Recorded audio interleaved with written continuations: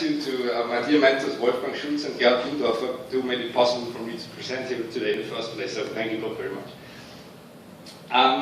What is the outline? First I'm going to introduce you to the topic. I'm going to present you the methods of measurement of electric fields and lightning, and subsequently discuss the core of the paper, which is the compensation of the field waveforms that are recorded with a special electrical design.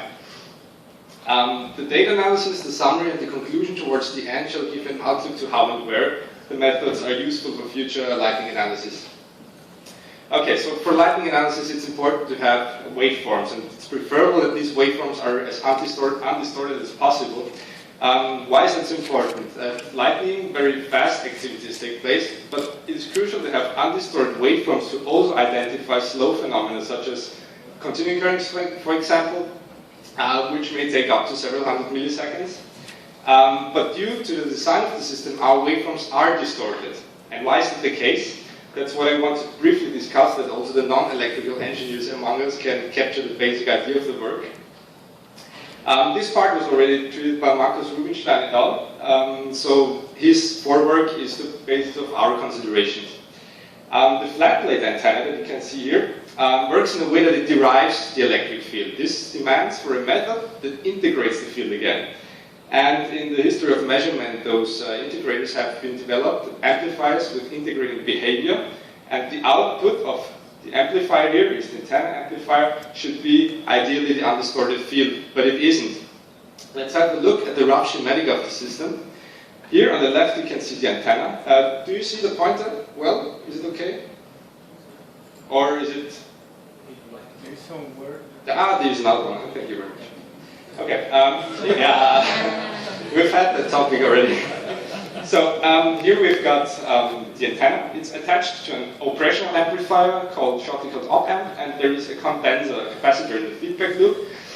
This forms a mathematical integrator. This would even integrate, but there is one certain problem. We have got, in these op-amps, we have offset current voltages and bias currents, and they are responsible that this saturates within seconds. So as soon as the power switch is on, the fun will be quite soon over. Now we put a parallel resistor to the capacitor. This will give us a current here, limiting the output, and this makes it stable. But the price we pay for the stability is that the field waveform will be distorted. If we take a big resistor here, no current will flow here, the branch can be left out, and we are again with our original integrator. If we make this resistor very small, the current will start flowing immediately and will distort our waveform very much. Okay, now let's have it's useful to introduce a term that is called time constant, tau. And what is this? I want to explain this. Let's have a glimpse at the step response of our system. If we put a step function as an input to the integrator, our perfect integrator would start integrating, giving us the area under this constant. If we add, but the operational amplifier will do this only so far as it saturates.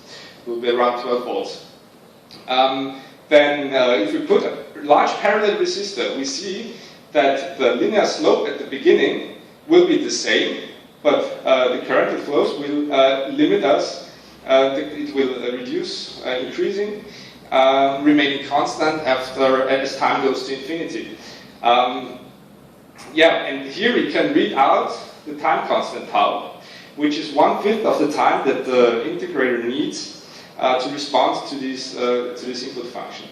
So this is around 1.7 seconds, which is quite large. That's why we call it E slow. If we make a zoom, a large zoom, if we have a small resistor, the time constant will be very short. It's about it's 0.47 milliseconds, and it will distort our waveform a lot. Here are the better integrators here for comparison. So, what is the next? Yeah, for those who are familiar with Bode plots, here is the frequency behavior. We have got the ideal integration where there is minus 20 dB gain and minus 90 degrees phase shift. If we have the slow integrator, we are at very slow frequencies where it starts to integrate, but still limiting constants. Here we have got a fast integrator with a very high, much higher order frequency. It's around 340 Hertz. Yeah, remember this number, it will occur again. Here you see the integrator equations in the Laplace domain. And here's its extension by the antenna characteristics. It's not important to understand the equations completely now, only to see the similarity of the integrator part. This is basically the same. Here's the time constant, which I was talking about. Here is the differentiation property of the antenna, and here's the antenna damping. So this is the extension. Markus Rubinstein et al., they were mainly focused on if two time constants were measured, how can I transfer the fast to the slow to make them comparable? We mainly focused on the part where we try to compensate it, make a full compensation of the system, where the complete distortion due to the system will be removed. And this is exactly this compensation function can be found if I take the inverse of this function. This is the same. This is the inverse of the function.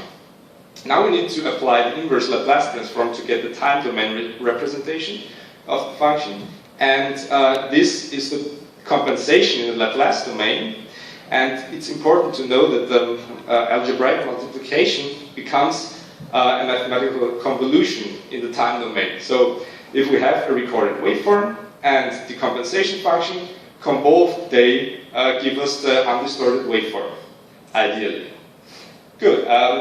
By formally applying the convolution, we were also able to find an undetermined factor from Rubinstein IEEE, where he had an equivalent term for the compensation function. Good. Basically, now we've got the system description complete, and we can proceed to the application.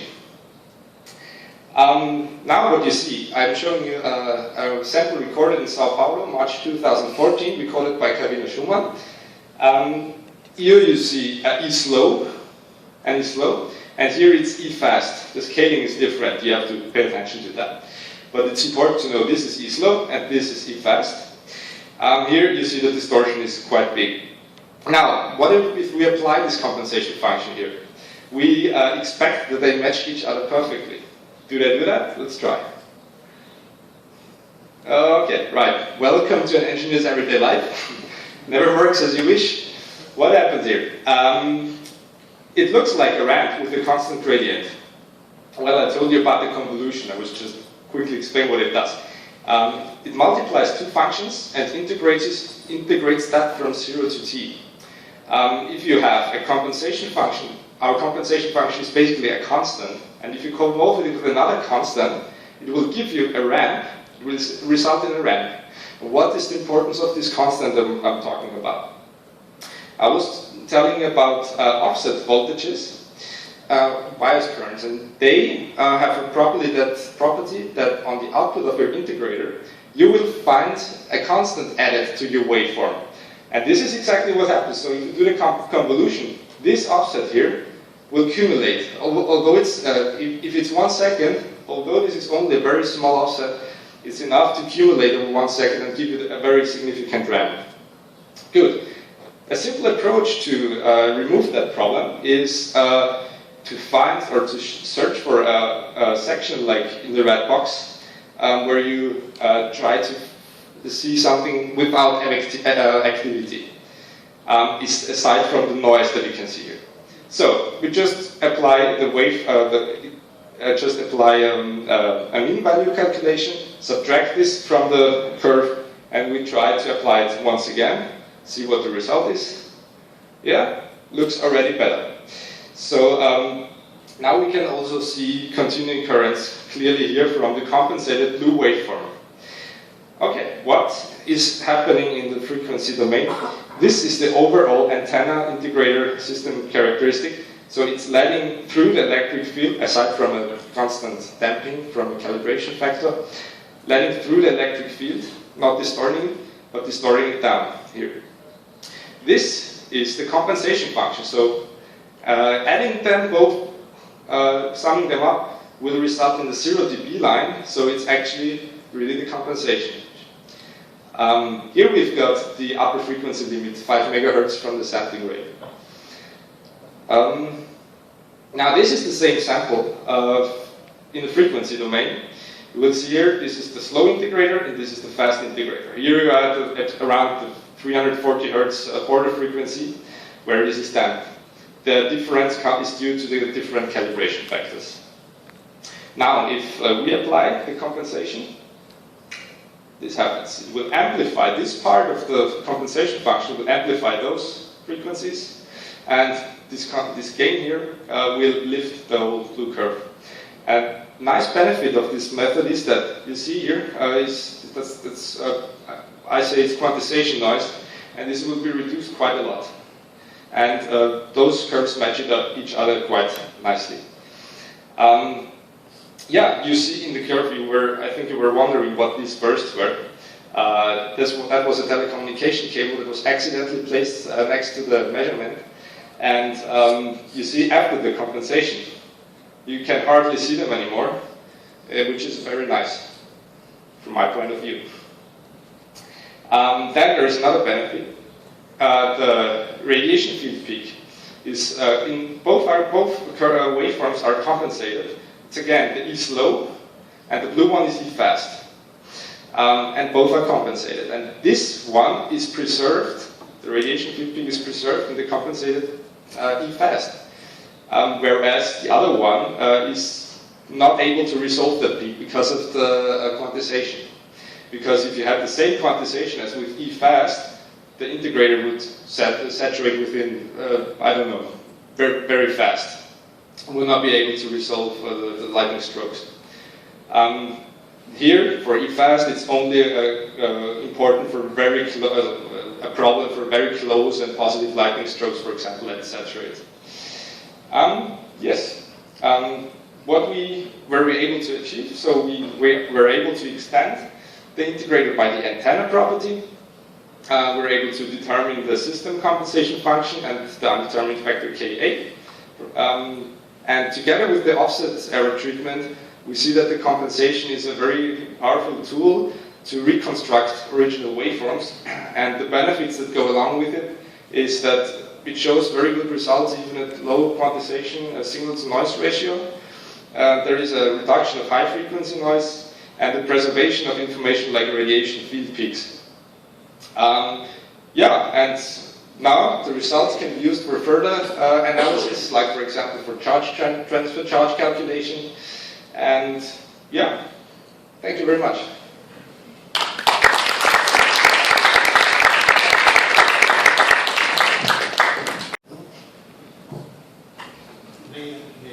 Yeah, yeah.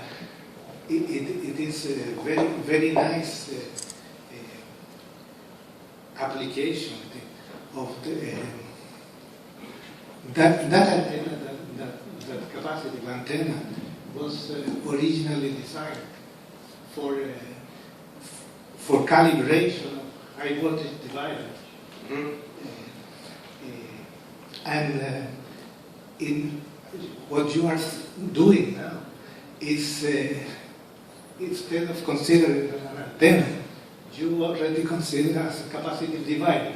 Mm-hmm. And proceed with the usual method of correcting high voltage measurement. Very nice. And to show that you can not always trust what your instruments say. Mm-hmm. And unless you correct it for the measuring chain. Mm-hmm. And you have shown that doing the right correction that are extremely useful equipment as originally designed to be. Yes. Thanks. You have done more corrections because you have shown that the fast divider is very useful to obtain the peaks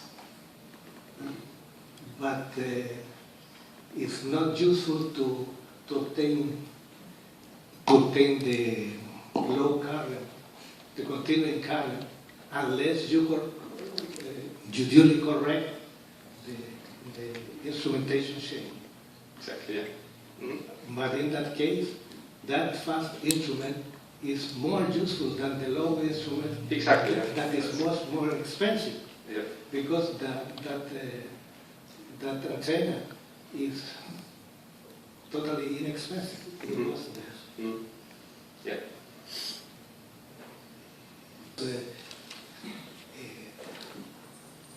The meteorological service, we're trusting in that kind of instrument, and I think your paper is a well noticed. Appreciate it. Thanks. Yeah, just a question about the way you see the limitations of where would the limitations be of this, where could it not be applied? Yeah, well, we were discussing this yesterday a little bit. So the limitations are definitely if you have a lot of surrounding noise that is not due to quantization or maybe like some thermal, but noise that comes from undetermined sources. So if you have something that somehow really covers your waveform, then you have no chance to reconstruct anything, of course. So a very clean recording will be necessary, of course. Yeah. But else, so far I didn't see anything that would be like very confining to summer. Yeah.